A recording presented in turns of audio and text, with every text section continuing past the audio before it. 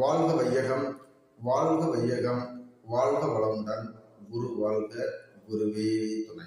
உலக சமுதாய சேவா சங்கம் என்ற ஒரு பெரிய நிறுவனத்தின் மூலமாக இந்த தேசத்தில் குற்றங்கள் களைந்து தனி மனித அமைதியுடன் உலக அமைதி நிறுவ வேண்டும் என்ற அருத்தந்தை தத்துவஞானி வேதாத்திரி மகரிஷி ஐயா அவர்களுடைய பாதம் அணிந்தும் இந்த உலகத்தில் உலக நீதி தலைத்து ஒவ்வொரு தனி மனிதனும் குற்றமற்றவனாக வாழ வேண்டும் என்ற முறையில் சட்ட ஆராய்ச்சி, எழுத்தாளர், விமர்சகர், நீதிமான் மேதகு திரு வாரணி பாலா ஐயா அவங்க தன் வாழ்வையே அர்ப்பணித்து இந்த உலக மக்களுக்காக பாடுபட்டு இருக்காங்க. அவர்களோட பாதம் பணிந்து இன்றைய குடியரசு தின நல்வாழ்த்துக்களை கூறிக்கொள்வதில் பெருமகிழ்ச்சி அடைகிறேன். வாழ்க வளமுடன்.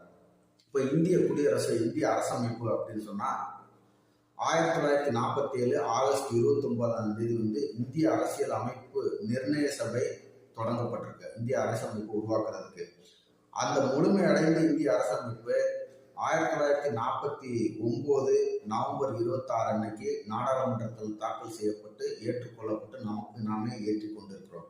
அதை 1950 ஜனவரி 26 அன்னைக்கு நடைமுறைப்படுத்தி நம்ம அரசியலமைப்பை தொடங்கின நாள் தான் இந்திய குடியரசு நாள் அப்படின்னு சொல்லப்படுது. அதான் இந்திய குடியரசு தினம்.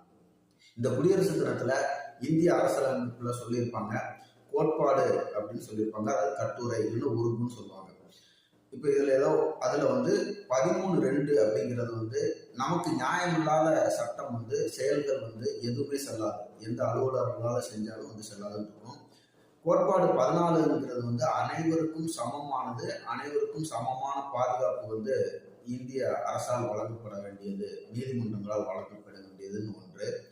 இன்னொன்று தேசத்தினுடைய நம்மளோட உரிமை 19 கோட்பாடு 19 நம்மளோட உரிமை பேசுறதுக்கு, எழுதுறதுக்கு, கருத்து சொல்றதுக்கு எல்லாமே இருக்கு. அது போக கோட்பாடு 51 ஆகுங்கிறது தேசத்தை முன்னேற்ற பாதையில் எடுத்து சொல்லக்கூடிய ஒரு முக்கியமான, ஒவ்வொருத்தரும் நாட்டை முன்னேற்ற பாதையில் எடுத்து செல்றதுக்கு செயல்படணும்.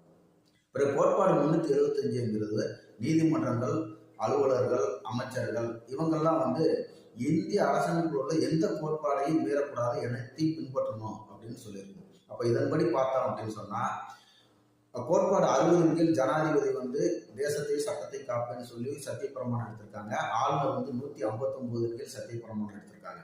இவங்க இதன்படி செயல்பட்டோம் அப்படின்னு சொன்னா நாட்டுல கொலை, கொள்ளை, கற்பழிப்பு இதெல்லாம் நடக்குமா அப்படின்னு சொல்லி பார்த்துக்கோங்க. அப்ப இதை நடைமுறைப்படுத்த வேண்டிய நீதிபதிகள் 100% செயல்பட்டால் தேசம் குற்றமற்ற சமுதாயமாக உருவாகும் என்று சொல்லி இந்திய குடியரசு தின நல்வாழ்த்துக்களை கூறி விடைபெறுகிறேன். நன்றி. வாழ்க வளமுடன்.